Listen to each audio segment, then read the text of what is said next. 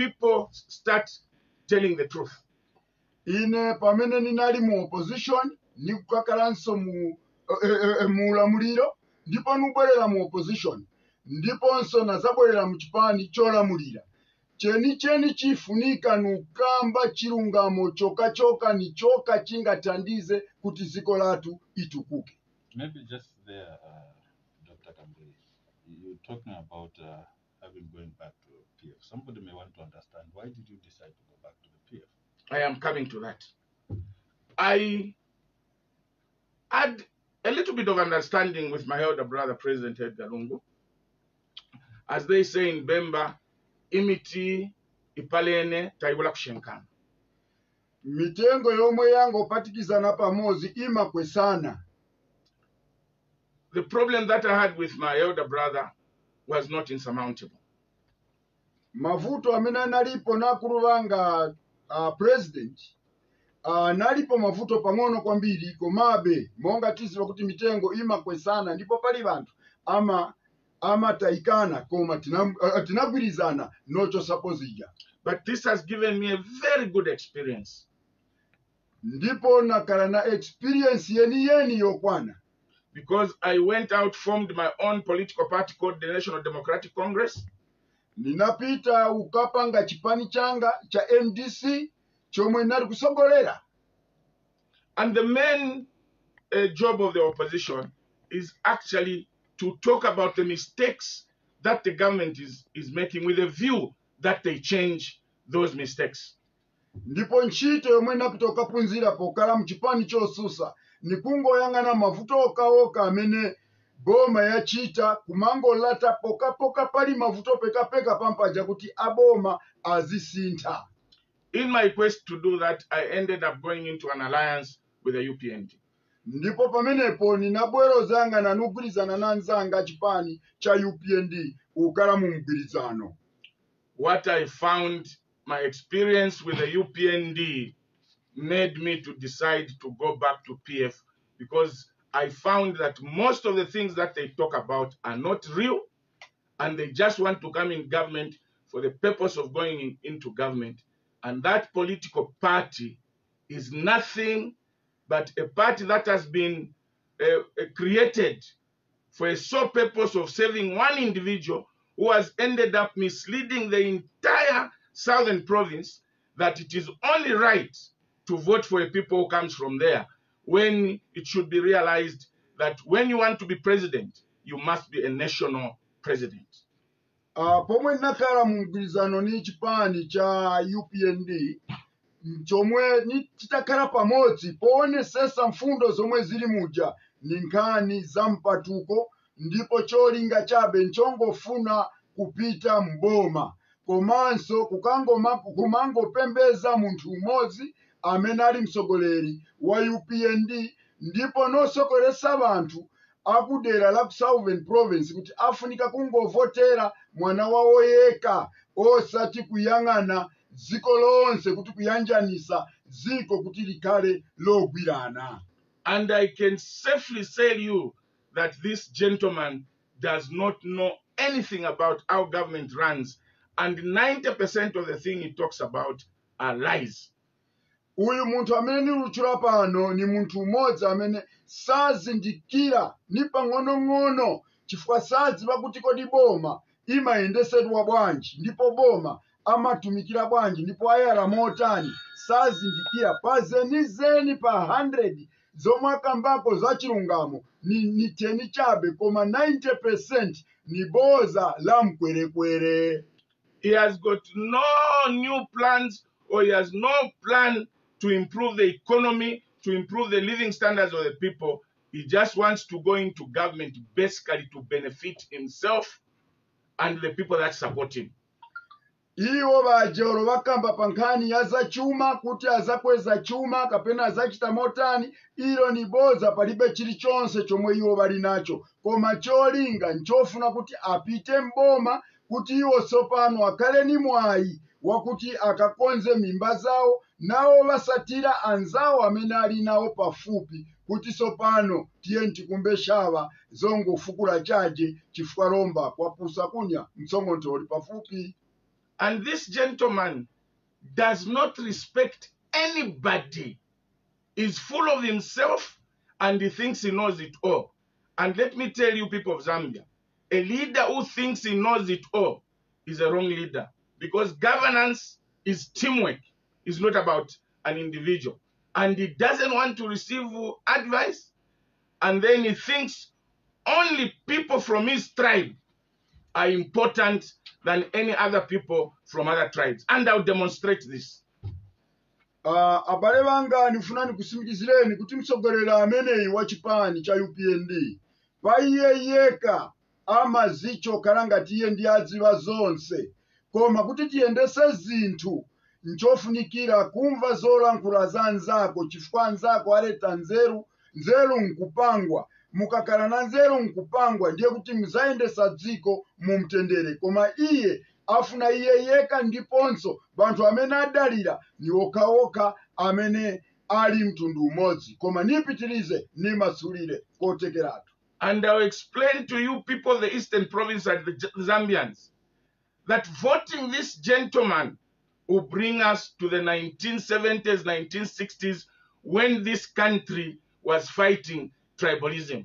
This gentleman is a terrible tribalist who only believes in his tribe and in his region.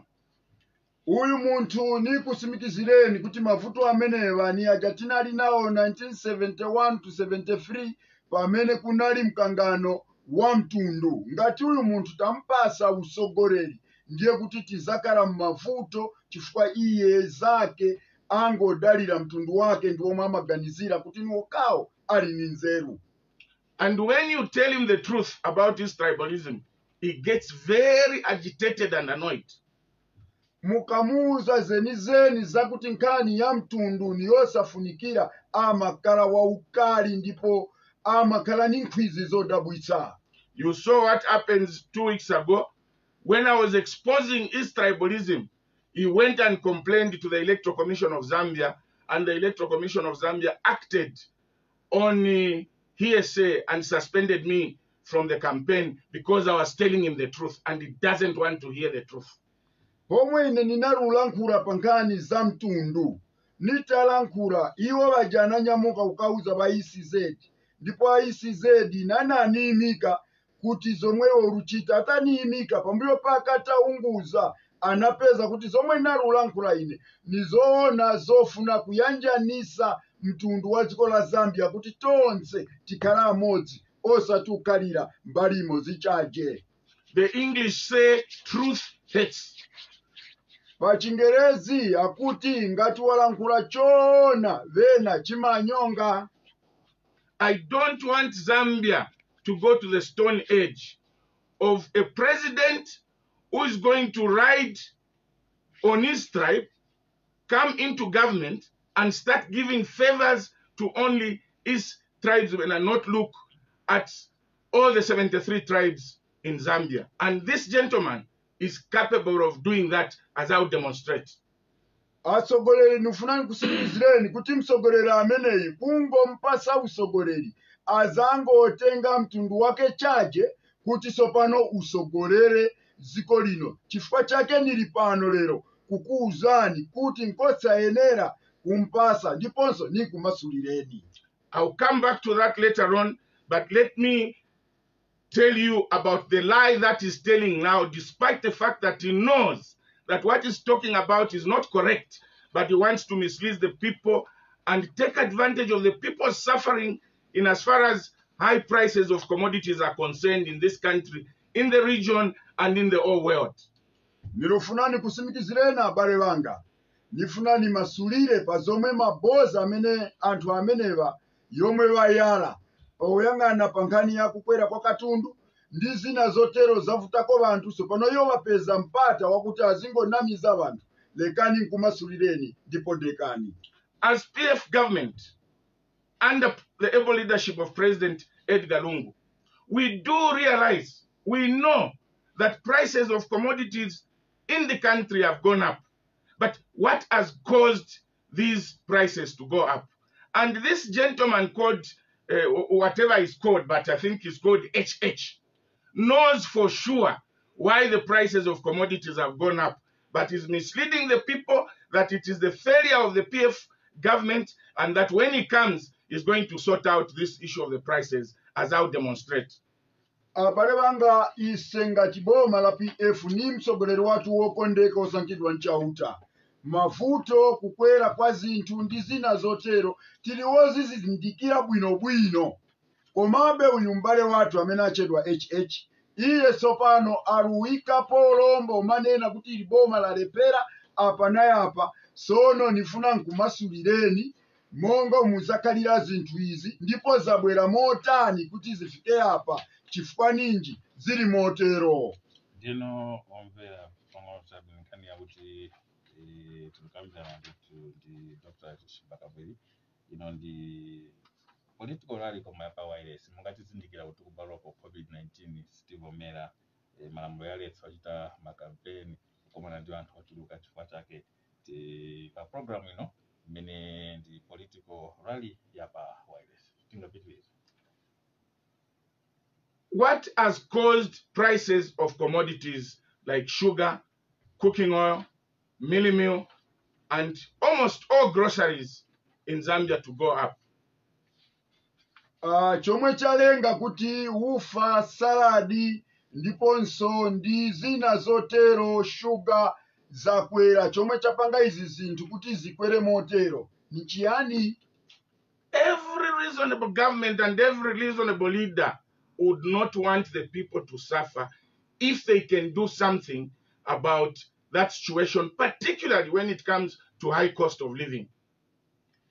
Palibe msogoleri ndipo ngati msogoleri wa bantu sanga kondwe kuti bantu azigula zinthu zokwera mtengo mwadala. Musogoleri amayika ndondomeko zokhalira bantu kuti bantu asimbere okoma. Surely, people of Eastern Province, would you believe that President Edgar Lungu and his government would do a deliberate thing to allow prices to escalate when people are suffering and leave it like that and they're in government? Kodi inu bantu mungakhulupirire kuti President Edgar Chagwa ndi boma lake angakhale wokondwa kuti lekani bantu azivutika chabe chotero kumango bapenya? Because what is going on now, President Edgar Lungu is aware. Every government leader is aware. I am aware as Chishimba Kambwili that things have gone up. But I want to explain to you what has caused the prices of commodities to go up. Tonse tizindikira bwino lomwe mdziko muno angakhale ine a president ni akuluakulu onse aboma aziva chomwe chalengesa kuti katundu ukwere ni chotani. Ndipo pano ni kumasulireni mwandicho. What has caused commodities to go up all over the world, from America, the United Kingdom, South Africa, Malawi, Zimbabwe, Botswana, South Africa, all the countries are grappling with this issue of high price of commodities. But what has caused it? Abale banga ndifuna nikuuzeni aya mavuto akukwera katundu angakale kwa America, ku Bulaya, South Africa, Chulani, Malawi, Zimbabwe, kulikonse dziko lapansi katundu wakwera. Ndipo wakwera motani pa dziko lonse lapansi, lekani sono nkumasulireni chalenga ichi nchotani. Let me quote the communique or a write-up from the United Nations, the UN. The United Nations is an organization where all countries in the world belong and they speak and try to sort out problems in the world. Now, the United Nations on the 9th of June 2021 made a communique as follows. By United Nations, mwezi wate umene upanaini anakala pansi komwe anaunjikana nuyang'ana kodi zomwe zalenga mavuto alukuza ziko la pansi ni motani, ndipo anayakala pansi ni kumasulirani sopano ndipo ni pepala manja muno. For those who are able to access the internet, I can give you the website and the article number so that you believe that the the UN said this, and this is the truth and not what HH and other opposition leaders are saying about prices of commodities going up. Abale banga izintu nizolembedwa kwaba ajali ni mafoni amakono nizabapasa kanambala kameneko kakuti bangaende pamndandanda nakuti woka akagugulinge ndipo akayang'ane aone zomwe zalembedwa pamenepo sopano asiyanise nizokamba za abale batu azipani zosusa. When you go on the internet, search for www. Mukapita pa internet www. Blomberg.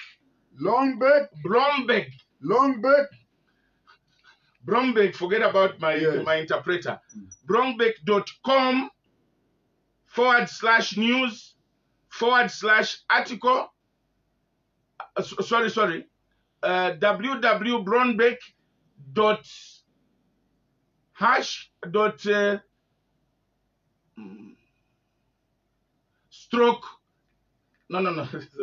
sorry. It is www.blomberg.com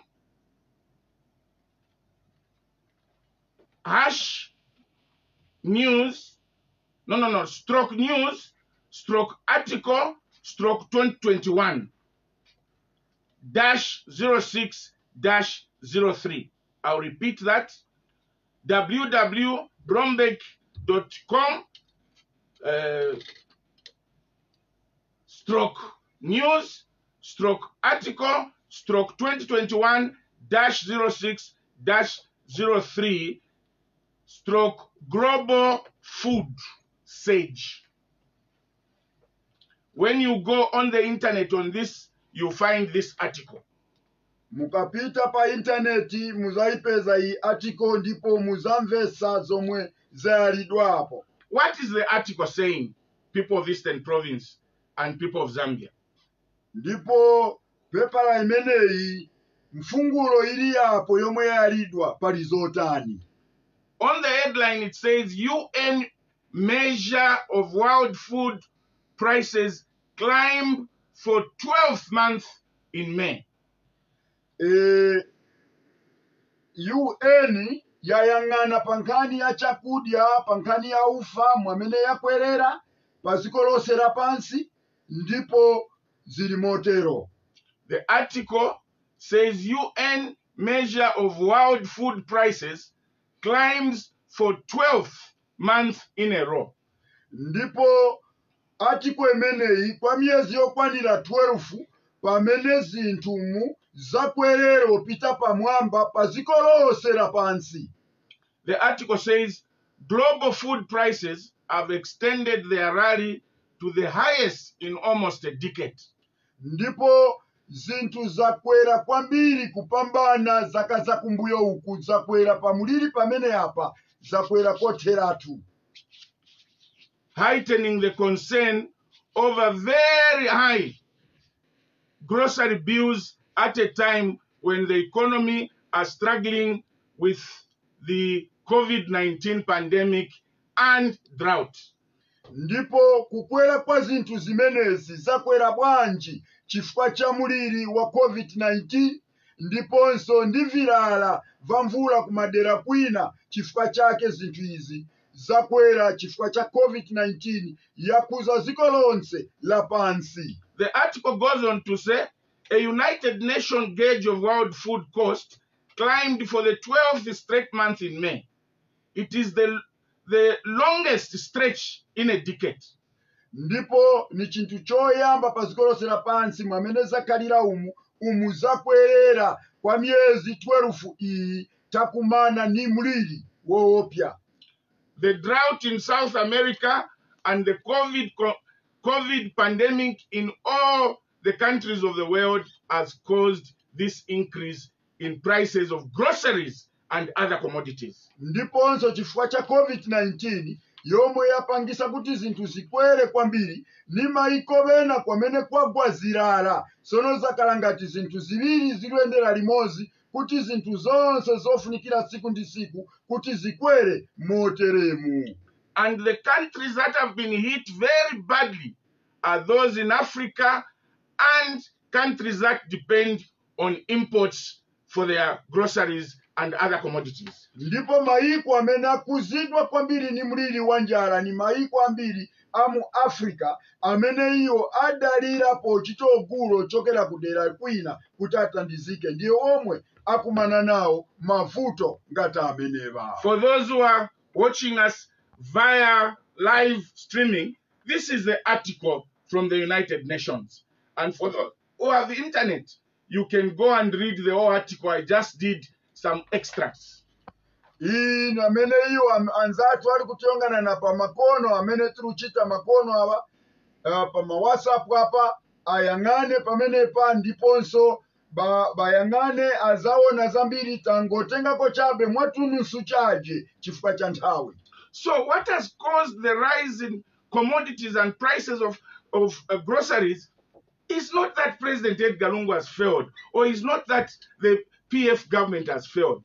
This is a world phenomenon that all the countries in the world are affected. Aya mavuto abale banga amene tirupita tsopano muno si mavuto ogwa mzanja la President Edgar Chagwa Lungu. Aya mavuto ni mavuto a dziko lonse lapansi chifukwa dziko lililonse lakuzidwa ndi mavuto amuliri wa COVID-19 ni chilala ni chomwe chapangisa kuti zinthu izi zikwere motero.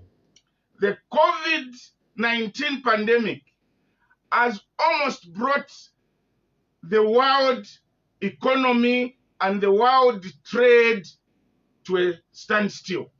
Ndipo aya matenda a COVID-19 aononga chuma cha dziko lonse lapansi, ndipo chuma cha dziko lapansi chayimirira chifukwa lomba vajagwira ntchito ma industries ma industries osiyana asekedwa vena imisidwa kuti pitani mukapumule chifukwa cha matenda ava. Ndiye lomba chuma cha dziko chakhala ngati chasoweyeka ndipo chaonongeka chifukwa cha muliri umenewu. Because of the effect of COVID, a lot of companies that manufacture food stuff, that manufacture clothes, that manufacture a lot of things were closed for a long time. Some of them have just now started opening up. Kapali pano makampani amene agwira ntchito yopanga ufa, wopanga zovala, ndipo tingachule kuva kudya vosiyana anasekedwa ambirimbiri pa dziko lonse lapansi, angakhale mdziko lathu la Zambia. Komabe ambosegula mwapang'ono, sono zinthu zakhala zozupira ndipo zachepa chifukwa chake lomba zafika pakuti zinthu zikwere. So raw materials went up for manufacturing these things, foodstuffs went up, and this has affected everybody in the world, including America, the United Kingdom, China, etc., etc. Mavuto amenewa kamba kakuchepekera kwa zintchito izi chifukwa cha muliri uyu ndiye chakuza pena pali ponse chifukwa chake zinthu izi zakwera, ndipo songa kale maiko amene ali achuma China chani wose ni wokuzidwa, angakale dziko lathu ni yokuzidwa chifukwa cha muliri umenewu. Zinthu zambiri zakhala zozupira, chuma cha dziko lonse yagwa pansi, chuma chawo chasoweka chifukwa cha muliri wa COVID-19. The collection of taxes by governments, the cost of spares for running milling plants, cost of spares for running industry went up. Ndipo zonse zosebenzesera kuma industries malo mwakuti zinthu zikwere zonse zakwera zapita pamwamba kwambiri, ndipo kuti boma itengekonso misonkho ina yotandizira chakhala chinthu chovuta kwambiri chifukwa zonse zakwera ndipo zinthu zambiri sizirupangidwanso. This problem has affected the whole world, and surely people of Eastern Province. Can you accept somebody who is an economist, who even reads, who knows about this thing, to come and tell you that the prices have gone up because PF and Edgar Lungu have failed, and when I come, I will reduce the prices? Abale banga, muntu wozindikira bwino anapita ku sukulu kukaphunzira pa nkhani ya zachuma abwera kuna mizeni kuti aya mavuto ine nkabwerapo nizakonza aya mavuto wakostinga na bambo Edgar Chagwarungu ndi boma lawo. Kodi ku America ni maiko bena Edgar Lungu aliko aya mavuto akhuza ziko lonse lapansi pafunika kumauzidwa zenizeni izanena anzathu otsutsa boma angofuno ubweresamo chabo chekeramo ya garu boza la mkupe. That's why I said this gentleman is an opportunist, is a liar, and has got no plan, but he wants to jump on world problems to accuse the current government that they have failed. And I'll show you, and I'll play a clip from South Africa to hear how the South Africans are also complaining about the prices. Nikuuzeni pano ninako ka klipu kamene ka ku South Africa monga ku South Africa aruvutika anga kale muno muntu wozindikira bwino sanga zinama maboza kufuna kuti iye apezerepo mpata wochita accused boma ya bwino kuti ili boma ya lepera pamene ani mavuto azikolonse lapansi anga kale pamalawi apa arulira zinthu zakwera paliponse zakwera. Lekani chiteko ka clip kuti mumveko ku South Africa. I hope it will be audible enough. One lady in South Africa complaining about the high price of commodities in South Africa. Let me play this. Mai umozi wa South Africa amene anadandaula pa mavuto amene kukwera kwa zinthu mu South Africa. Lekani nichiteko mwapang'ono chache.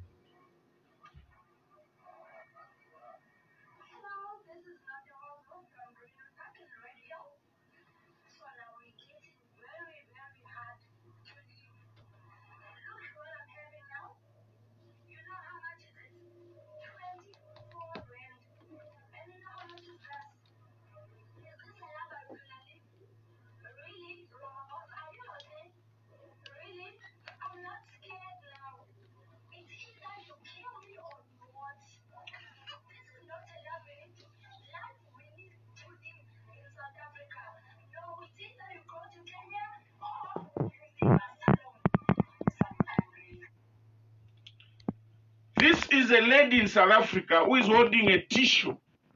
And he says, life has become so hard, things have become so expensive. Is this the life we are going to live?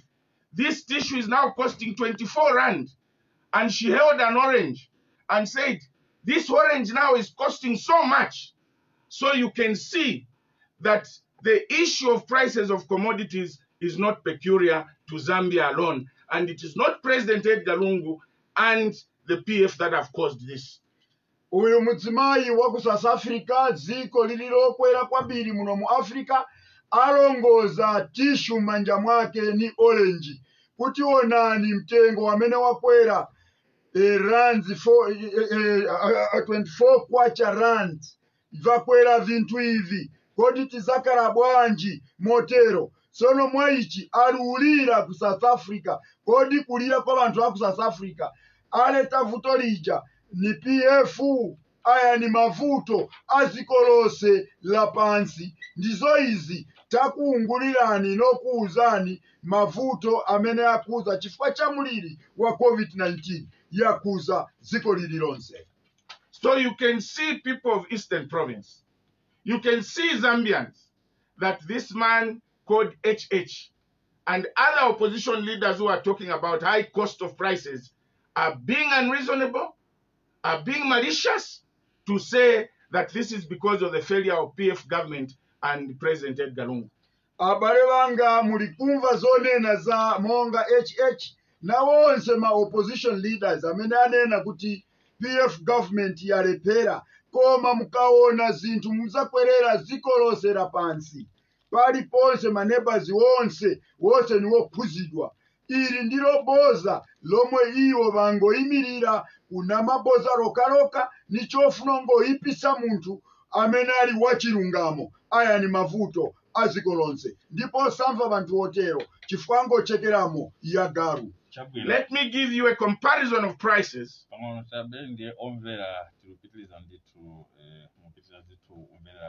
Political rally special program managed to pali Dr. Kambwili, member wa chipani cha Patriotic Front, komanso Bambo Victor Mbuzi, ndiye ino ndi political rally kudzera pa wireless. Tawi 11:02. Let me give you a comparison of prices in the region. I'll pick a few items. I'll begin with millimil. choyamba nifuna nikuuzeni pankhani ningotengako pa zomwe zinthu momwe zakwerera koma niyambirire pa ufa. I'll pick millimil and the pump price of fuel. Nizatenga nkhani ya ufa ndiponso mtengo wa mafuta ya magalimoto. If you go on the internet and type in prices of commodities in the region, you find that a 25 kg bag of millimil in Zambia is costing between 140 kwacha and 150 kwacha, 25 kg. Ndipo mukayanganisisa pa mtengo wa ufa uli 140 kwacha kapena 150 kwacha pa mtengo wa ufa muno mdziko la Zambia. In Malawi here, Malawi pamenepa, in Brantau, the price of millimil in Malawi is 450 kwacha. Mu Malawi ku Blantyre mtengo wa ufa uli pa 400 kwacha. That is translated into Zambian kwacha, not the Malawian kwacha. Kuileta mndrama yatu ya Zambia ni 400 kwacha. 450 kwacha. 25 kg bag. 25 kg. Let's go to Zimbabwe. Tipite ku Zimbabwe. Zimbabwe, the price of millimil is 620 kwacha. Ku Zimbabwe ni 620 kwacha. Zambia ni kwacha. In Congo, ku Congo, a 25 kg bag of millimil is costing 750 kwacha. Ku Congo iligulidwa pa 750 kwacha. Zambia ni kwacha. In South Africa, ku South Africa, the price of millimil is costing 380 kwacha. Ni 380 kwacha ku South Africa. Let's take beef in Ama. Tienti yanganeko pankhani monga muziwa ya nyama. 1 kg of beef in South Africa is costing 73 rands, which is equal to 120 kwacha. 1 kg ya beef ku South Africa ili 180 kwacha. Cooking oil in South Africa, salad in South Africa, it's costing a 5-liter container. 5-liter container is costing 158 rand. 158 rand. In kwacha is 261 kwacha. 261 kwacha. While in Zambia, it is between 180 kwacha to 220. Muzambia ni 180 and 200 kwacha. Let's go to sugar. Tipite ku sugar. Sugar in South Africa is 39 rand.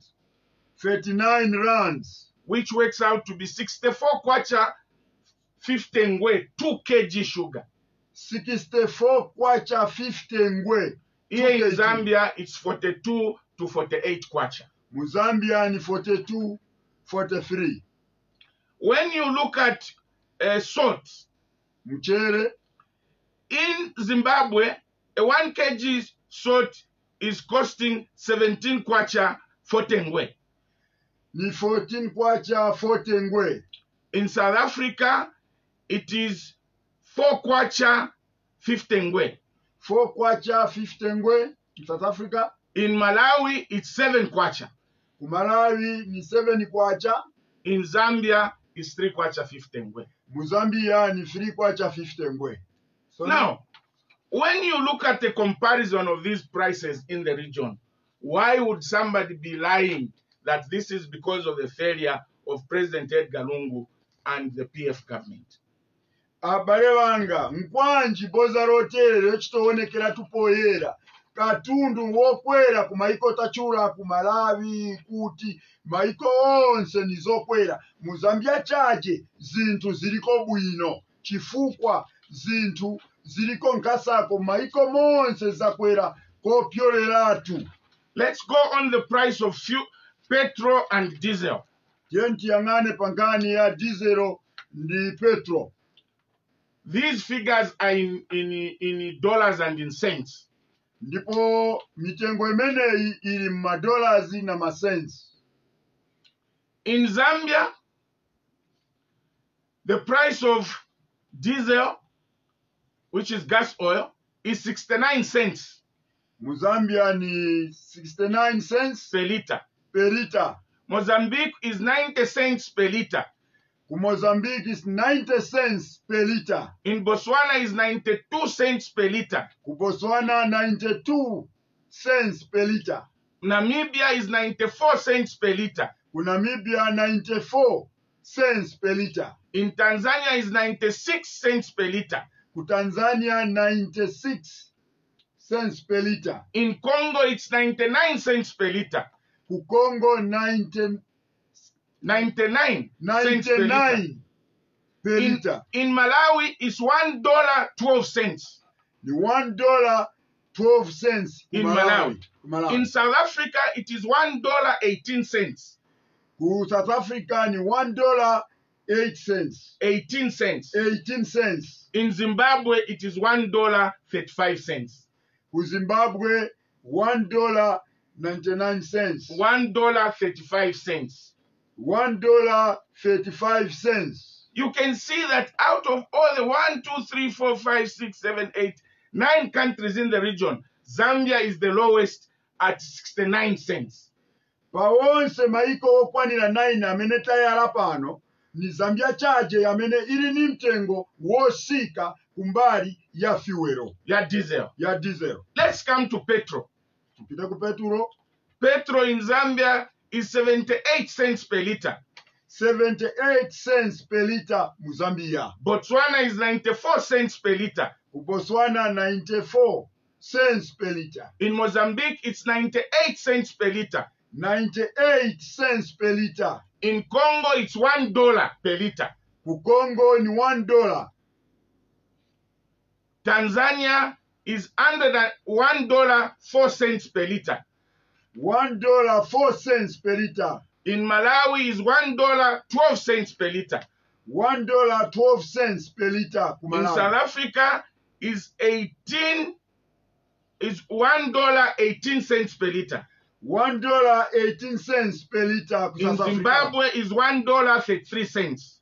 Zimbabwe $1.33 cents. So countrymen and women,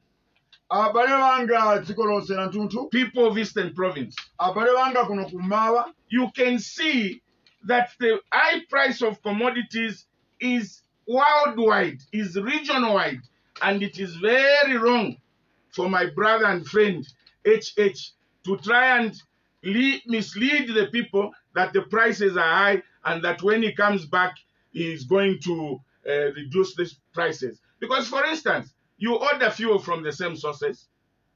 The food stuff, particularly groceries in Zambia, almost all groceries are ordered from Kenya, are ordered from Tanzania, are ordered from South Africa. So how is it going to bring down the prices? These prices of commodities will only come down once we fight the COVID pandemic and also the world settles in terms of droughts. Abale banga kukwera kwa zinthu izi ni za ziko lonse lapansi, ndipo zinthu izi mwamene zakwerera chotere zakuza ziko lonse lapansi. Cheni chifunika tiyeni tipite mmapemphero ise onse tentipempherere kuti na malenga mwini wake atichosere muliri uyu kuti ziko lonse lapansi tikale ni umoyo watu wabwino, kuti katundu yambo konzedwa bwino kuti chuma cha ziko chikazikike, kuti zinthu zisike, osati kumamva mabodza a opposition kuti ise tikabwera tizakonza azakonza munjira yanji, chifukwa isenso tima chitooda kuchosa kumaiko wena kuleta muziko muno zomwe koma muone muno zinthu nizosikirapo chifukwa chakuti zinthu zilizokazikika na usogoleri woopa Mulungu. What is the PF government doing as an individual government to mitigate these high prices? Boma la PF ili uchita motani kuti ikonze pa mavuto ava kukwera kwa izi zinthu pa yoyoka pofuna kukonza abantu ake kuti azisimba korokoma. First, we have realized that when we liberalize the economy and remove the price controls, we left it too open. Pamene dziko lino tanena kuti tinali ni kagulu komwe kanali kuyika mitengo ya vinthu tinati nkoyenera bantu azizikira woka, ndiye mwa ichi tangotsegula kuti aliyense azichitire momwe iye alulingalira. Because we've realized that some of the prices of certain commodities should not be as high as they are today, which have very little relationship with the COVID and drought pandemic. Ndipo izi tazindikira taona kunena kuti pamene zafika apa kuti kunali price control sizikanafika potere pamene zafika lero, koma chifukwa chakuti aliyense anapasidwa mpato akuti angapange momwe angachitire msika uli manja mwa bantu kalira na pansi, chifukwa chake wena lomba apezerapo kumakweza chimkwezera umalanga anzawo. We want to introduce a unit at Ministry of Commerce, Trade and Industry that is going to study not really price controls, study prices of certain things and the inputs, so that at least on certain issues, goods, they can advise and say, no, these prices are not supposed to be like this. These are cartels, to fight the cartels. For instance, abale wanga chomwe tizayang'ana monga tilina ministry amene yang'ana pa za chitukuko kapena za chuma kukonza bwinobwino industrial, izayang'anisisa kunena kuti katundu uyu sufunika ukweza motere, sitizaleta price control yayi, komo kalira na pansi noungana katundu kagulisidwe kake kafunika kakaleko motere, profit yake ikale apa osati virume urumpa msinkhu uyu kukalira na pansi nonguza kuti zinthu zikale m'malo mwake monga zifunikira.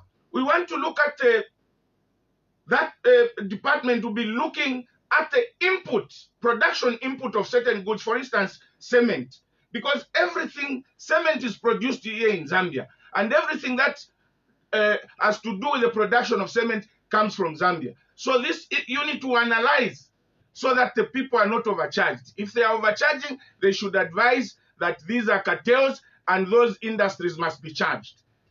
Abale banga mwachisanzo chabe nkhani ya cement tizipangira teka mdziko lino la Zambia.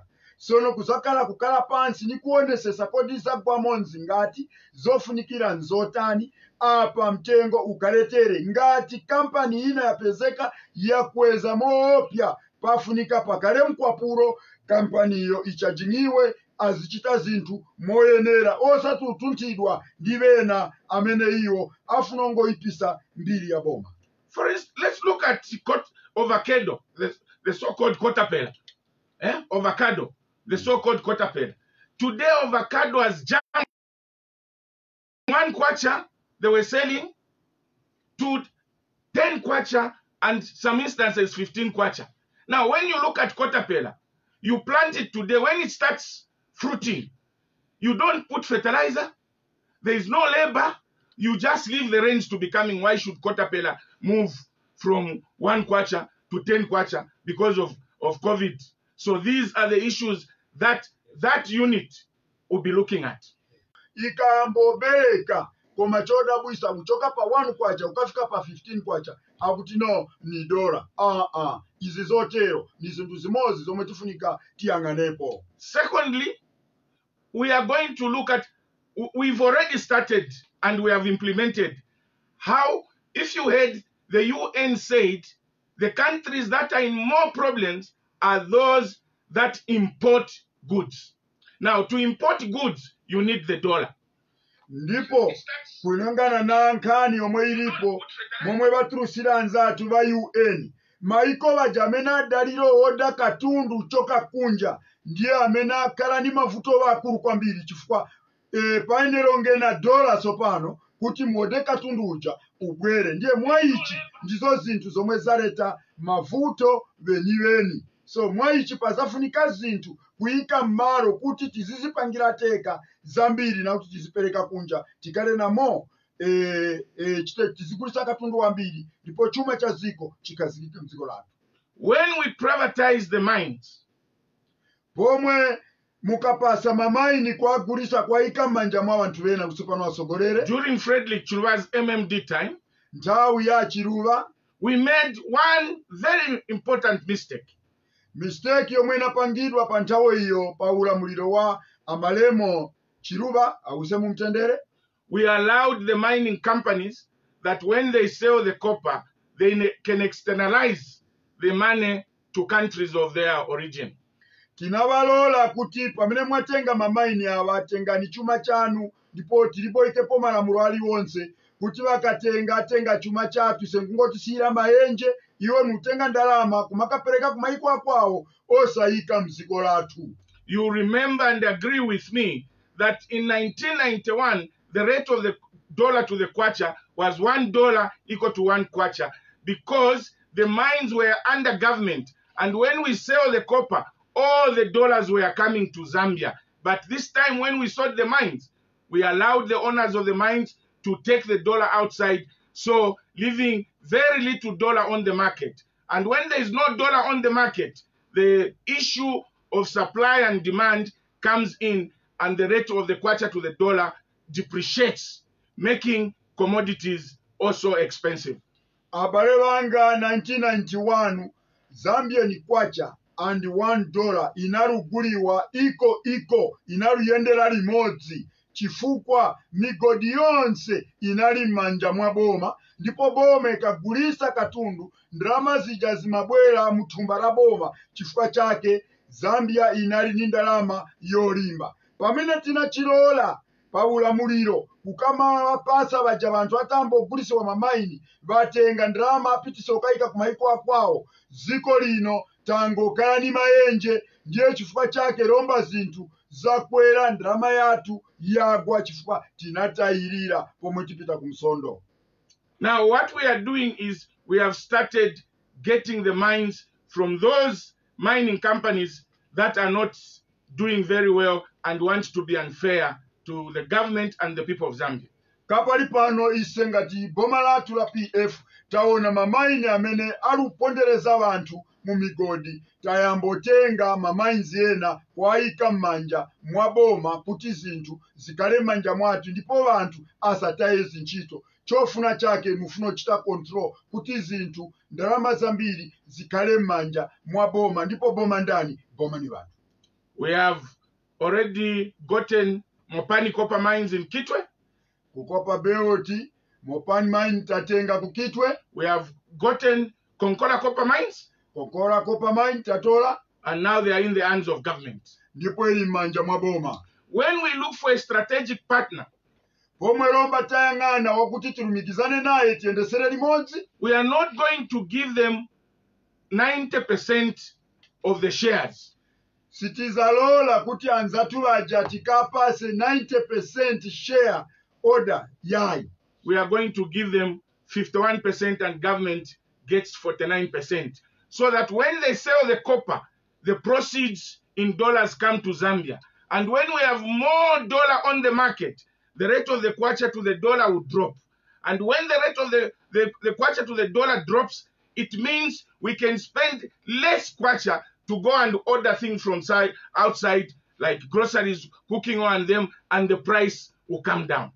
Ndipo chomwe tizachita tizaonesesa kunena kuti mamainzi baja amene tidzakhala nawo ngati partners azatengako 44%, boma 49%, kuti ndalama zija zikabwera mdziko lino tionesese kuti lomba tiziyang'ana nzotani zinthu zomwe tingagule zifunika kuti zibwere mdziko muno, zomwe tingayuzinge mdola kuti tiwode katundu ja ubwere muno uzakala wotsika na kuti katundu muno usike ubwere unkazikike poika zinthu mundondomeko yabwino kuti ziko lino ibwerere pakale paja inali.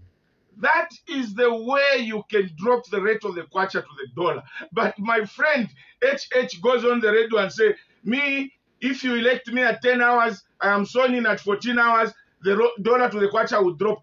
Ni magic, akadabra. I mean, that's not being reasonable.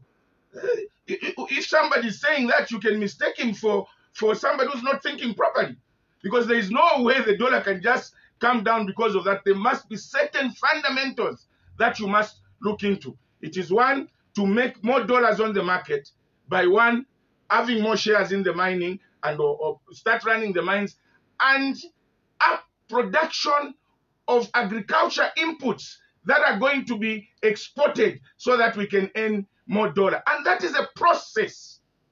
Abale banga kuti muone chuma cha dziko chiri kumva President HH amene anena kuti nakangonirumbirisa 10 hours 14 hours dola yagwa, kodi ni majiki yanji, ni mankhwala banji amene ali nawo. Awo ni maloto. Chomwe chilipo nuyika zinthu m'malo mwake, monga mutayambira mines, kuti ndalama zibwere mkofa ya dziko. Ndiponso nkhani ya ulimi, tipange ufa wambiri, tipeleke kunja kuti tikale na foreign exchange, ndalama ibwere mdziko lino la Zambia, tikale na ndalama zija, ndiye kuti nizomwe zizabweza kuti chuma cha dziko chisike ndipo chikale pabwino. Chimaza sika zinthu ngati mulini zinthu zambiri zomwe mugulisa kunja, nizomwe tayala pankhani ya ulimi. Sitizalola tifuna ufa tizipanga teka nokagulisa kunja, foreign exchange ibwere. Angakaleso kuma mines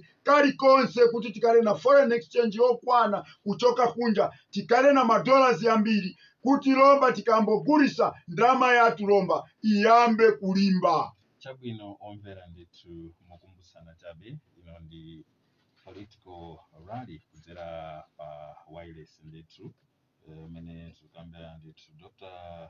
Chishimba Kambwili komanso tili ndi amene akumasulira bambo Victor Mbuzi. Dr. Kambwili, I know that it's a rally, but just allow me to chip in there. You talked about the need to, if we have more shares in the mines, someone would wonder that what was happening then during the MMT, because the dollar was not the kwacha compared to the dollar was not doing as bad as it is doing now. Thank you very much for that question. My brother, during the MMD time, the MMD found a lot of reserves, money in reserves that Dr. Kaunda had left. And that rate of the kwacha to the dollar they were showing us was not a true reflection. Because what they used to do is when the dollar goes up, there is no dollar in the market. They'll go and get from reserves and put in the market. The dollar to the kwacha to the dollar used to drop. Today we don't have much reserves. We've got one month of import reserve. We cannot risk to go and take those little dollars that we have to chip in the market to bring the rate of the kwacha down. So immediately we started, because PF, you must realize, also started infrastructure development. And one of the main benefits of the Eastern Province is that from Luangwa Bridge to Mwami border, the road has been done. So we used a lot of this money in reserves to do infrastructure development, and we borrowed. So we don't have that money to try and push on the market in order for the dollar to come down. So that rate of the kwacha we were seeing was fictitious, because they just used to throw dollars on the market. Right now we don't have the dollar. The only way to have more dollars is to have shares in the mines, because the mines are the ones that are giving us 70%, I think 90% of the foreign exchange in this country, and 10% comes from agriculture. Okay, so listener, we take a short break, and we'll continue with this radio political rally for the Patriotic Front, featuring Dr. Chishimba Kambwili. We also have the translator, Mr. Victor. How many minutes do we have? How many minutes please do you have? We have almost an hour. An hour? Okay. Yeah, that's all right. Because I've got a lot of things to talk about. I have a lot of things to talk about. When I finish the price, I'll go to what PF has done, developmental issues. Then I'll end up with the tribalism to explain where European leaders and prawns. So from here we move to what PF has done? PF has done. I will say it. Okay. What are you saying?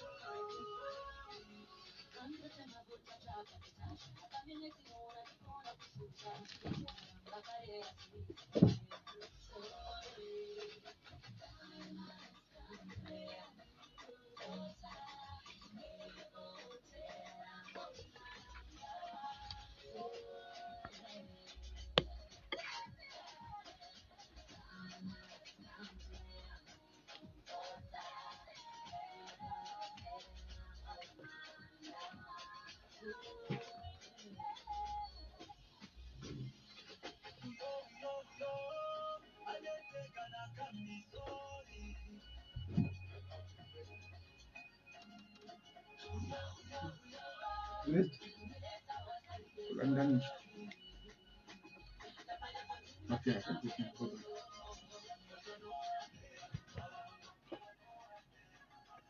Ende tuomvera tikupitiriza ndithu pa political rally ya Patriotic Front koma kudzera pa wireless ngeno olankhula pa political rally imeneyi ndi Dr. Chishimba Kambwili amene is a member of the Patriotic Front. We also have Mr. Victor Mbuzi, who is also a member of the Patriotic Front. This is a political rally through radio. Dr. Kambwili, before we went on that short break, we were talking about the need. I think I have explained enough about what is causing the price of commodities. And I hope and trust that people of Eastern Province, you will no longer be misled by those that want to come into government at all costs without having any plan. They don't have a workable manifesto, and they are just fishing, what I may call fishing, without reasons. They want to tell you who drop the price of commodities. Ask them, how are you going to drop the price of commodities? Ndipo pautenga wamene abale wanga kuno kumawa lero tachezerana limodzi nili nchikhulupiriro kuti manthu akumawa ni manthu omvetsa kwambiri.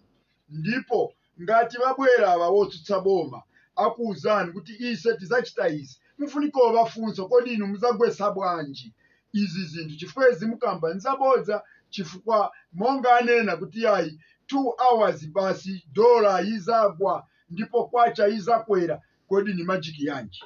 Abale wanga ndondomeko zomwe ise tayara nizi zakuti tikonze zinthu zikale m'malo mwake.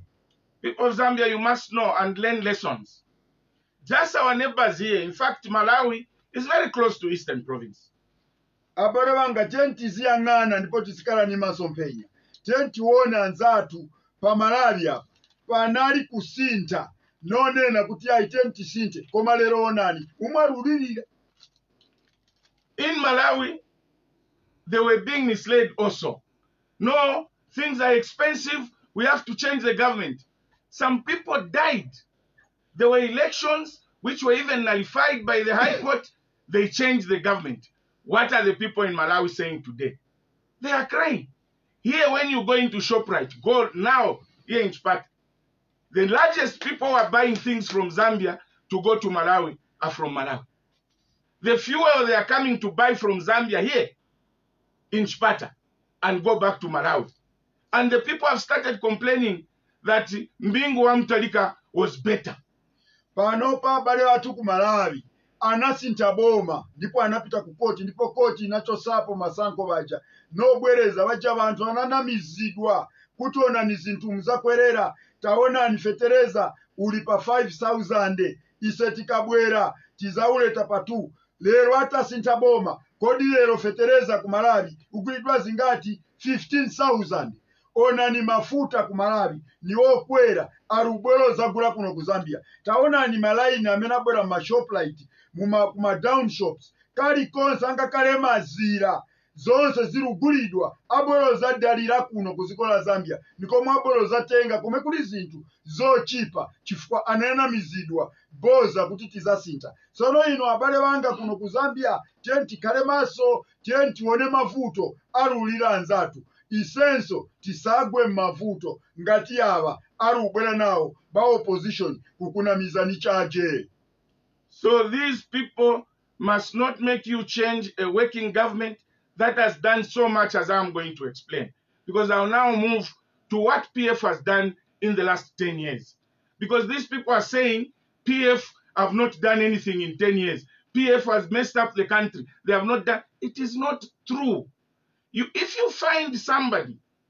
Abale banga nifuna lomba nibwera kundondomeko yonena 10 years PF government pomwe yakala mboma pazitukuko zomwe yachita koma anzatu arunena kuti palibanga kale chimozi chomwe bachitapo ni bantu amene balephera. Lomba nifuna nkulongozeni ndipo ndikukumbuseni abale banga zomwe PF yachita chifukwa bantu ni bantu amene angofuna chabe kupeza njira yotaukiramo.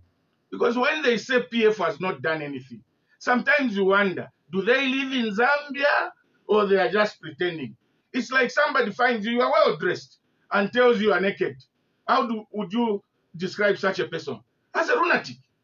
Abale banga muntu ngachanena kuti PF palibanga kale chimozi chomwe chachita tikala wodabwa kodi ameneyo muntu akala ndi mdziko la Zambia kapena bwanji mwachisanzo akupeza umino wake wavala bwino wachoka mnyumba akazi wako akudiyesa bwino abwera akuza no uli maliseche sono kamuyang'ana umino wake ndi wovala kale akuza tuli maliseche sakutukwana uyo muntu ndetu umene ukamuganizira ali ninzeru kapena ali jiretu. Where I come from, we say nga waupo mwana kashi wa upwapo alifyalapo n'abana wila umufu ogufuba pali balabana wasangamo fyalamu abobe. Abale banga nufuna nkuzeni pamwambi wakwatu kubemba ukapeza wa mkazi ali kale ni bana usamachite sanje ni bana baja iwe lomba balamo wako mwana kuti na iwense uonese ngati nde wa munadi. So when people start saying, no, they haven't done anything, it's like women. When you hear a man saying, oh, nishibali mukana. Amdaro kapeza wa muna alata wa mkazi uja yai ni woenda usiku aba nipasa ya rendo. Ndiye kuti uja muntu ana mkana chaje. Sono wafuna kungo muipisa chaje. This is exactly UPND. The Zambians have rejected them because of their tribalism for 5 times. That's why they don't see anything good about the government. Like I said, there is no government that is perfect. And when I was in the opposition, I was pointing out at the wrongs of the PF because no government is perfect. And when I was pointing out at the wrongs, was for me to tell them to change for the better. But I should not hate them. I should not say that I should hate PF for life. No, it is a question of telling them the wrongs that they are doing in order to improve for our people to live well.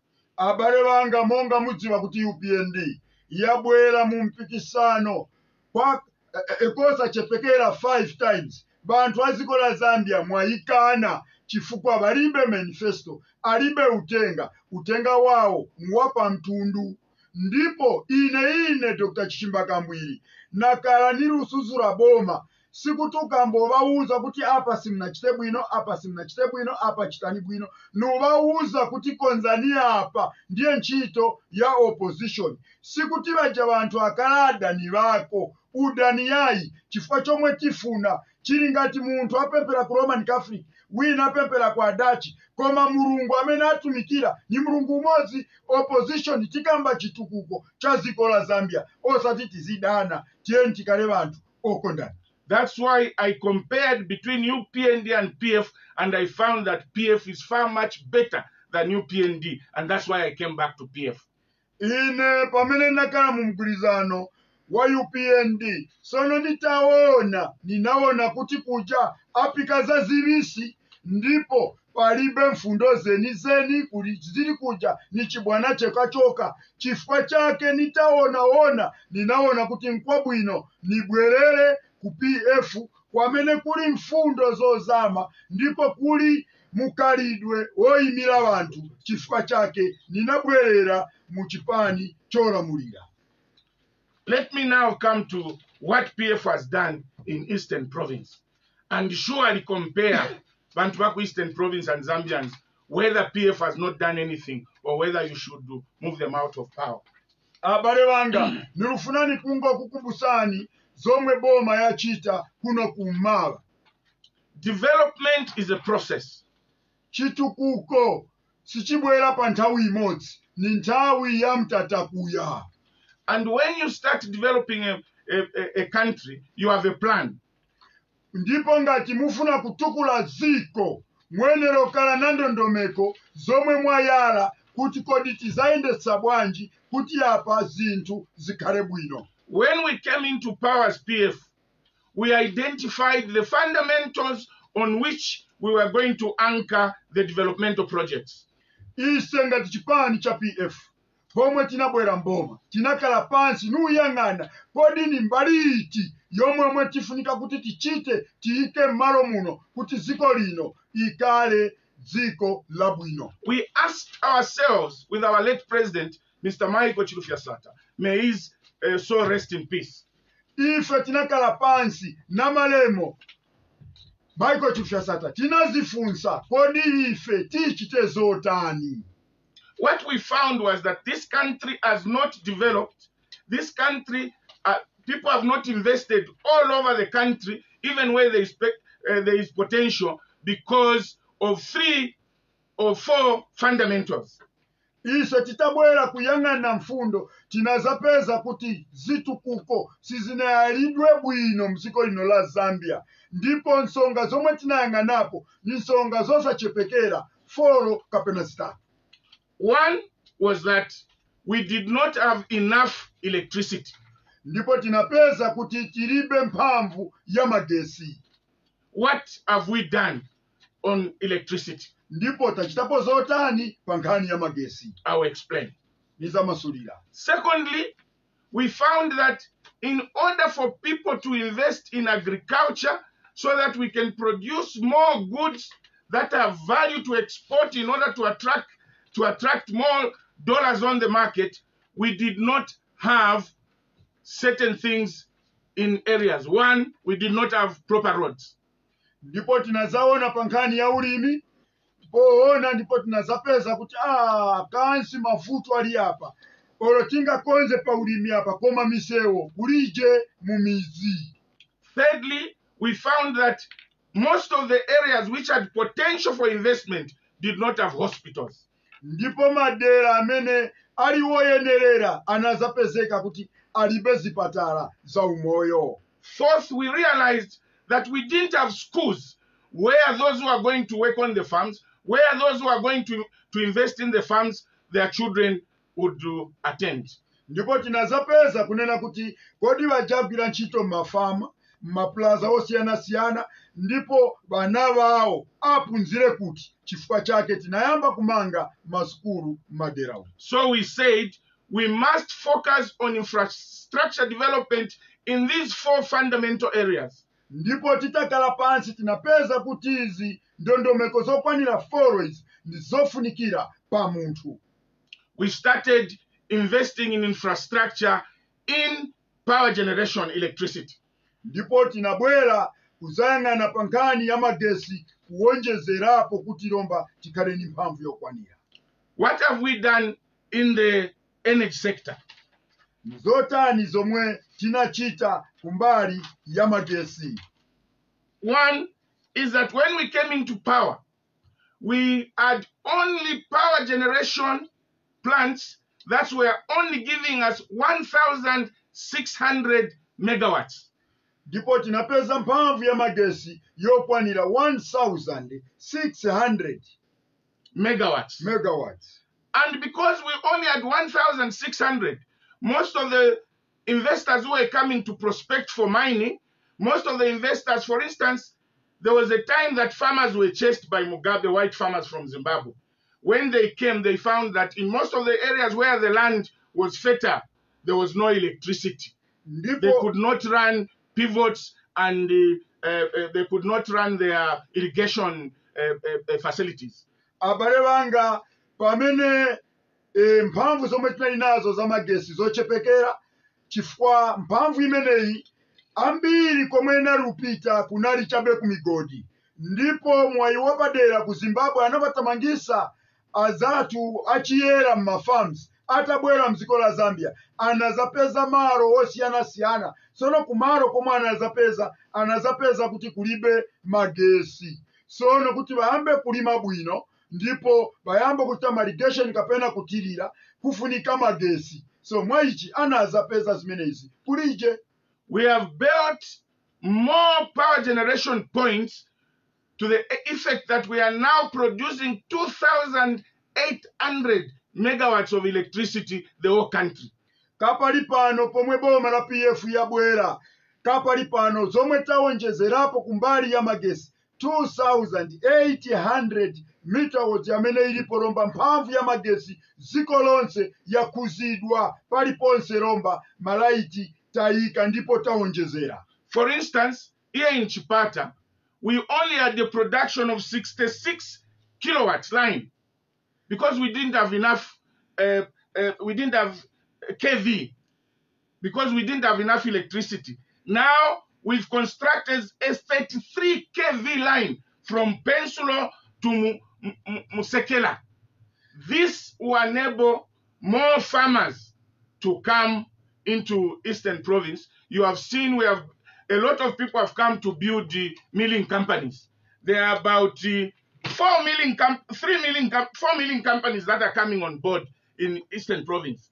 We have the Zambia National Service milling plant in Petauke. We have Kwacha milling. We have Paget milling. And we have Rainbow milling.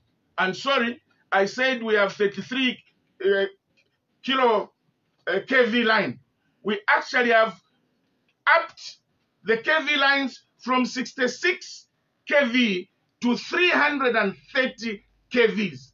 That means more industry can be anchored on that production of electricity. That's why you have seen these milling companies now coming up in Chipata. The next thing is to find farming blocks where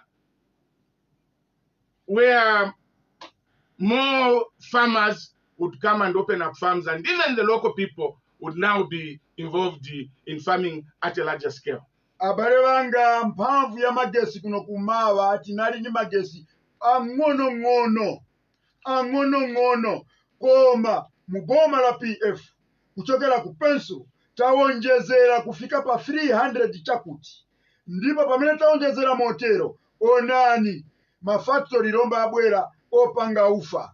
Ndipo muno mchipata Petauke ni madera wena komanso amene ali ni chidwi sopano angakale mafarms bantu amene amdziko lino ndiponso wena akufuna kwabwino amene afuna bwero zakazikika chifukwa cha mphamvu ya magesi yatengedwa kuwonjezedwerapo kuno kumawa. Ndiye kuti mpata sopano weuti mafactories ayabwere chifukwa magesi aliko ndipo bantu zakalako mwayiwa padera kuti apeze ntchito chifukwa cha izi zaikiwa kuleta magesi mumadera munalibiretu. This is how you develop the country. It is a process.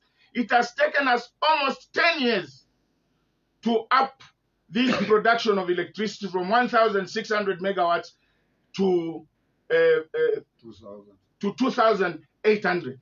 Now, if somebody can say, no, me when I come in the next 6 months, I'll change this. In my language, they say such people, niba puti, niba mapiete, babu fi. Uwafitita.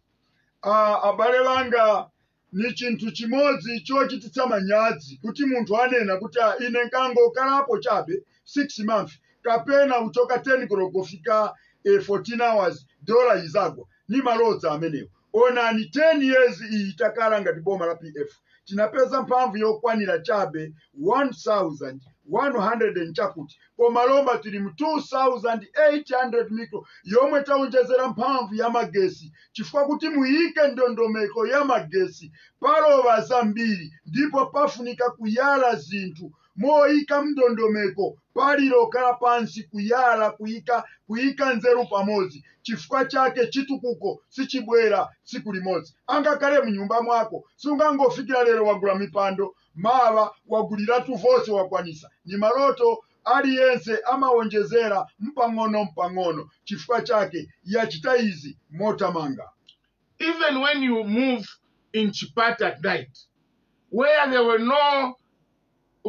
no electricity, in the households now, you can see a lot of people have connected electricity because we have more electricity. In those days, it was slow to connect electricity to rural areas because we needed electricity to run the mines on the copper belt.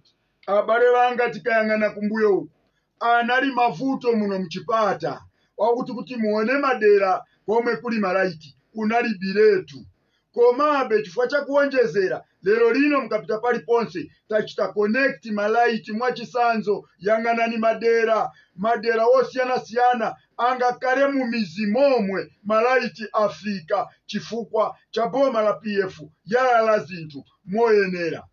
We promised that we're going to build 8,000 kilometers of roads to open up the rural areas in order to bring development. So far, we have built 3,000 kilometers of tarmac roads. Some people may not have the tarmac roads in the areas because this cannot be done only over 10 years. Our plan was for 20 years. That is why it is unreasonable for people to think of removing PF after 10 years before they roll out their 20-year plan to actualize investment and develop of this country. It took China, the people who started the improvement of China and the development of China, 30 years to actualize the plan. So for anybody to come and tell you remove PF today, he just wants to disturb the developmental agenda.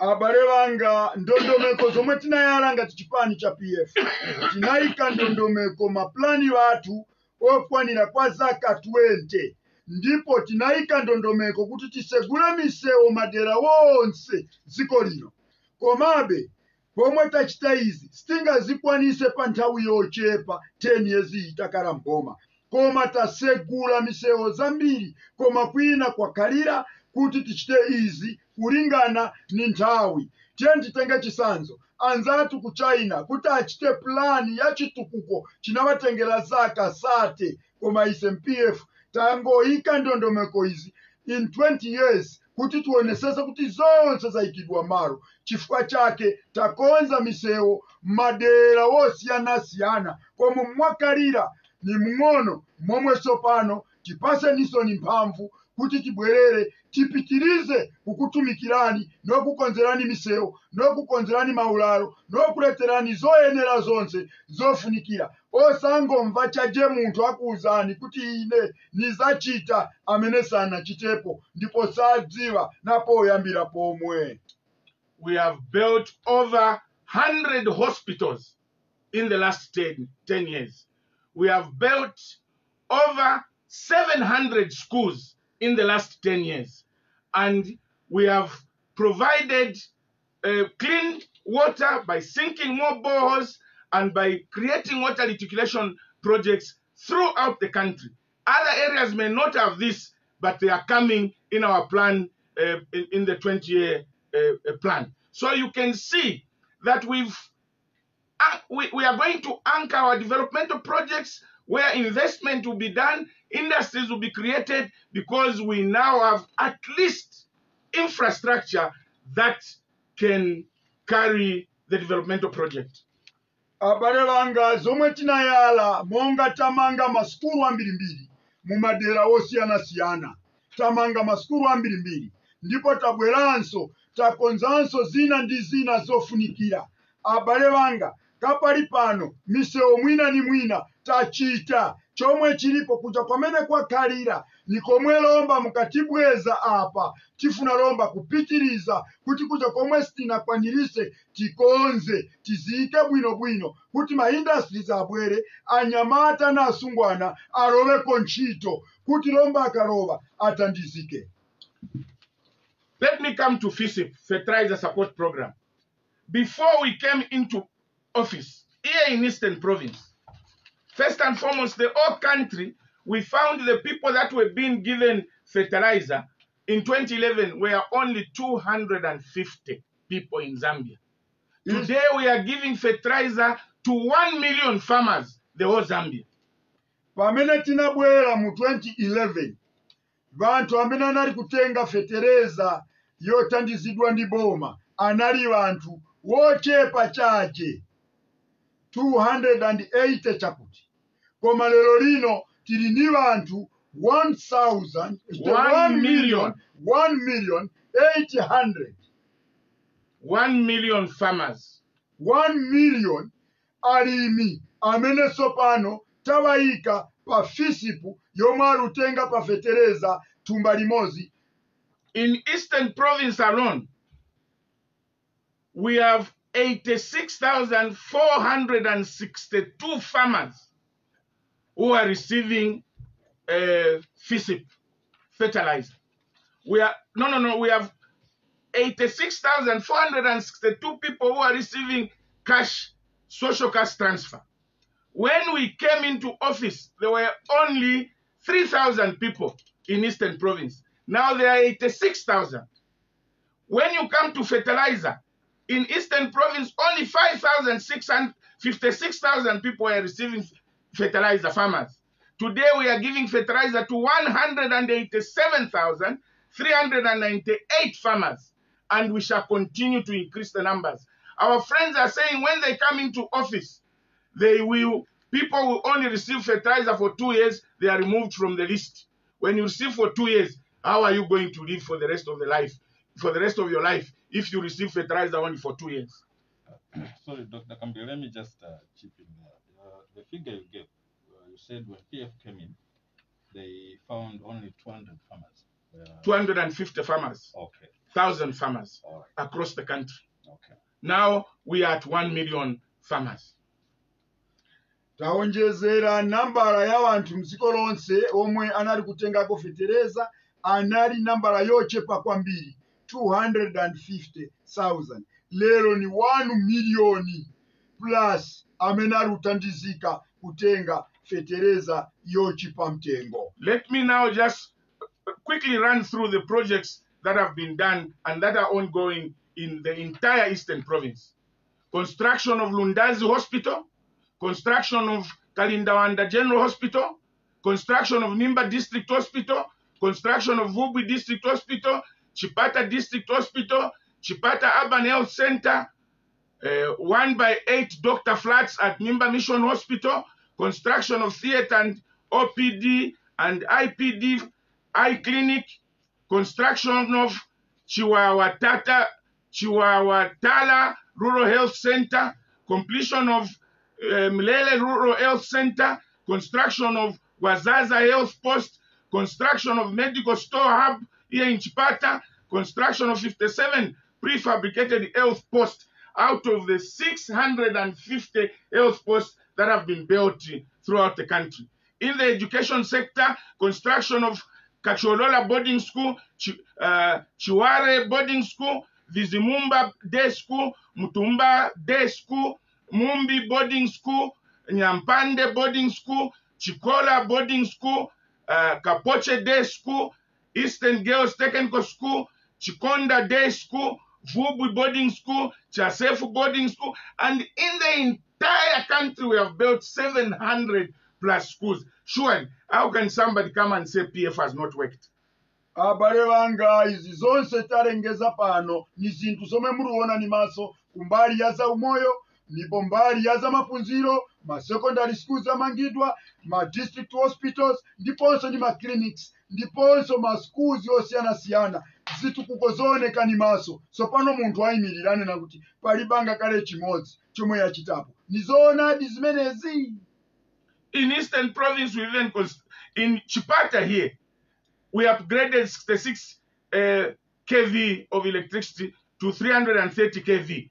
Construction of 1 border stop post at Mwami border, construction of student hostel 800 capacity at Chipata Trades Training Institute, construction of CEC Industrial Park where the youths and the women will benefit. There are a lot of things. If I start reading, I'll take 2 days. I'll take 2 days. The fertilizer right now is in the districts, in the warehouses. We are only waiting for the farmers to finish depositing the money so that they can start distributing. In which government did you ever see fertilizer coming in August?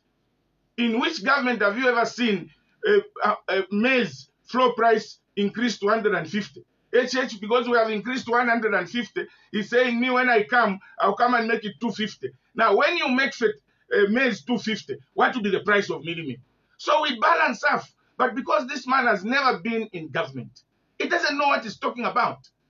When you increase the floor price to 250, how much will be the cost of milling? And yet on the other side, he's saying, I'll reduce the cost of milling.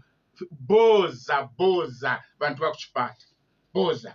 Abale banga monga muruona pa zonse zimene tayala tatandizira pa zinchito zimenezi chosampo nosamva izakamba ba opposition ni boza lokaloka chifukwa yo wakuza kuti ise tizachita ichi ona nilomba mtengo wa 150 pamene 150 tumba limozi mulimi wa simba lokoma koma iyo wane na kuti 250 lomba ngatangaza gulise ndeti tumba la ufa inu mugula ufa muzaugula botani ndiye kuti zinthu zizakwera azabweza munjira yanji ni boza lokaloka asemera moya garu. I mean, just there, Dr. Kambwili, you talked about FISIP and prices of fertilizer. Some farmers may complain that not all of us benefit from FISIP. Yes, indeed. What we are doing, for instance, the price of, I know where I'm going. The price of fertilizer, people are complaining that is too high. The price of fertilizer has gone high because, one, the rate of the kwacha to the dollar is 1 kwacha to $22, and we import the fertilizer. So when we import the fertilizer, the price is up. What we are doing when we get these shares in the mine, we have more fertilizer, more dollars on the market. We reduce the rate of the kwacha to the dollar. The price of fertilizer will come down. And just last week, government invested 684 million in nitrogen chemicals, so that nitrogen chemicals can start producing at full capacity fertilizer that will be cheaper. We are doing everything possible. Now let me come to the issue of tribalism, where I've been accused that I'm a tribalist, and why you people of Eastern Province and Zambia should not vote for HH and the UPND. When HH was coming into office, when Mazoka died, Mazoka was from Southern Province. When he died, there was Sekwiba Skota, who also wanted to be president. His laws. There was Mr. Patrick Chisanga, who was his vice president. Majoka had 3 vice presidents. One was Sekwiba Skota Elozi, Patrick Chisanga Ebemba, and Bob Sichinga, Bashinono, Namwanga. All these said they would stand to be president. What did the UPND say? They said this party can only be run by a Tonga. Is it me who said it? And when I expose that this UPND is just a regional and tribal party, people say I'm not being tribal. I am only stating the facts as they are on the table. This party is tribal, and they have ended up psyching the people of Southern Province to believe that they can only vote for their own. Now, if they win, can they take care of all the other tribes? Abale wanga panthawi yomwe msogoleri wa UPND atamwalira Anderson Kambera Mazoka, pamene kunali ma vice president atatu atayimirira panatuluka utenga wonena kuti amene afunika okhala msogoleri ayenera okhala mtonga. Kodi ndine nanena izi niwoka UPND andi chinachitikadi anayikapo Hakainde Ichilema, ndipo utenga ulipo niwouza abantu kuja kuti voterani ife atonga. Sono ngati iye angakakale msogoleri wa dziko akakukumbukireni imwe muli mkonde umo amene sakudzivani. This man has worked with 9 vice presidents from other tribes. All of them have run away from him, citing tribalism. Mr. Sekwiba Skota ran away tribalism. Patrick Sanga ran away this tribalism. Vashinono ran away tribalism. We have another man from Eastern Province who was vice president, Canisius Banda. He ran away citing tribalism. GBM ran away tribalism. Mr. Kapita ran away from Northwestern Province, tribalism. I also went and joined. They wanted me to be running mate. I ran away tribalism. So you mean all these people are lying that this party is about the tribe? They need to stop, because we don't need those Stone Age politics where you want to rule as a tribe. The problem is when people get up and want to rule as a tribe. I have nothing against the Tonga people. They are my friends. They are my brothers and sisters. But what they have started, where there in Southern Province, they can only vote for one who is standing on UPND because the president is Tonga, is wrong.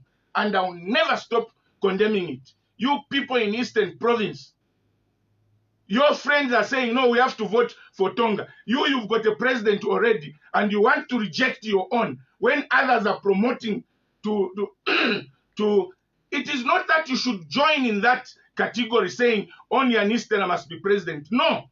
But for now, teach them a lesson that if you want to be voting your own, even us, we can vote your own. After all, you people, my Mbuyas, your own man is already the president. So why do you want to reject your own when others are preaching tribalism?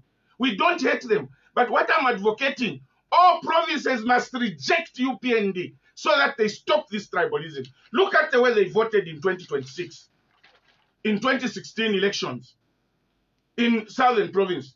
Wengwa constituents, UPND had 21,316, followed by PF 327 votes.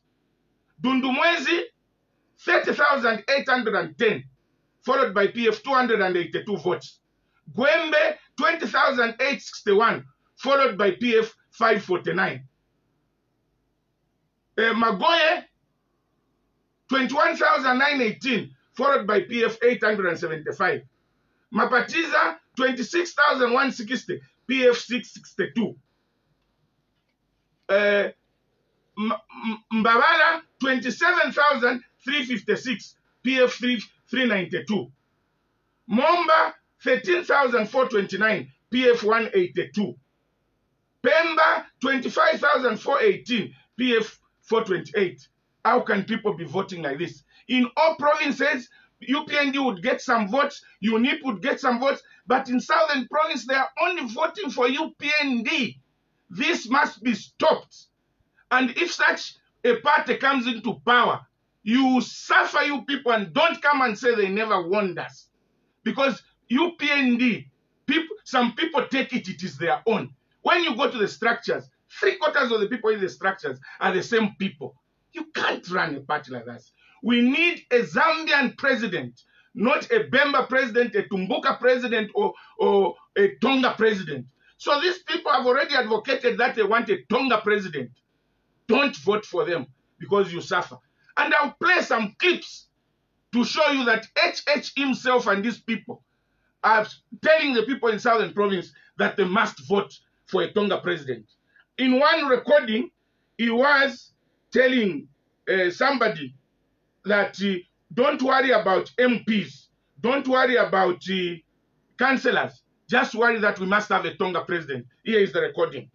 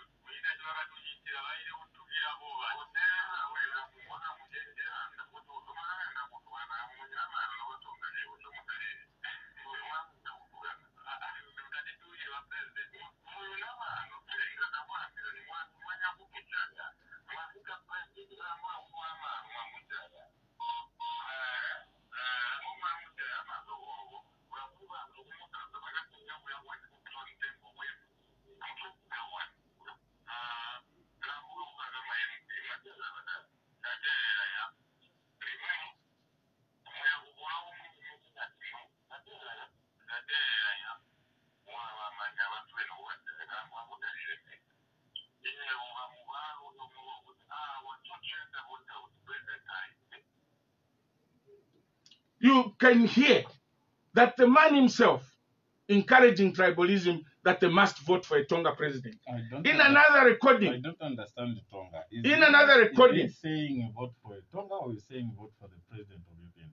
He says, you read that, he says, don't worry about MPs, but make sure you put a Tonga president. That's what he was saying in the recording. In the other recording, some people wanted to receive President Edgar Lungu in Mbabala, and he phoned to castigate him. Why should you receive him in our area? And also, why should you give him animals? They wanted to donate 50 animals to him. And the funds, meaning therefore nobody should go to Southern Province except him. Listen to this recording.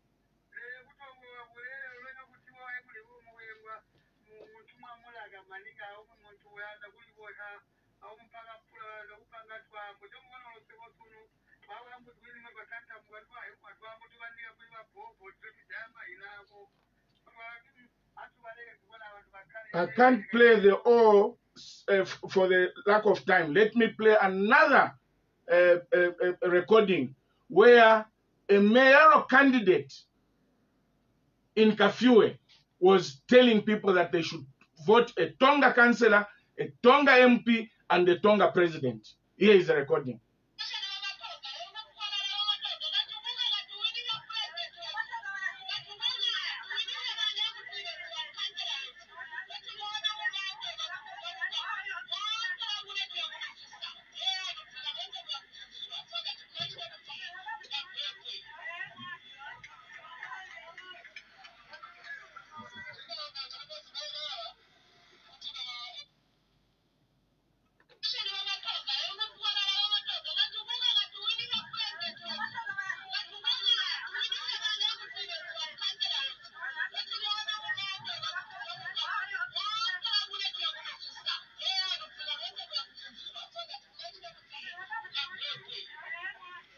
Now, people of Zambia, people of Eastern Province, people who are preaching tribalism openly, asking their tribesmen. You've never heard me say because I'm Bemba, people in Bemba, you must vote for me. President Edgar Lungu is not Bemba. When Mr. Sata died, who was Bemba, the person who took over was from Eastern Province. But why should this political party be said only a Tonga can be president and almost the entire Tongaland voting for him? 92% of the votes in 2016 went to HH. So I am not saying all the Tongas vote for HH, but almost all of them, 92% of them. So when I expose their tribalism, I am not tribal, except to condemn them and tell them, UPND, you have psyched the people to start voting for your own man. Why should you go and ask for votes in other provinces? If you win, are you going to balance? For instance, we have got 60,000 untrained teachers who are looking for jobs, 40,000 trained nurses. If you go as a tribe in employing people, are you not going to, people who perceive that you only be looking at Tongas to be employed? And this is what I'm condemning. Nobody, including myself, including anybody who should form a political party on the basis that it should be supported 100% by his own tribesmen, it should have almost all the structures comprising his tribesmen and want to be president of Zambia because other tribes will suffer. This is what I'm saying and condemning. And by saying that, I am not tribal. You've never heard me say, Bembas, can you vote for me because I'm Bemba? That is not right. And nobody owns a region. If President Edgar Lungu has to go to other provinces and be given cows, he must be given cows. Somebody should not call those people and start telling them, why are you organizing Lungu to come and be given cows? And why are you organizing people to come and welcome Lungu? Mwebe na Zambia, ukwali nsoke, takwali bantu. Takwafuile bantu.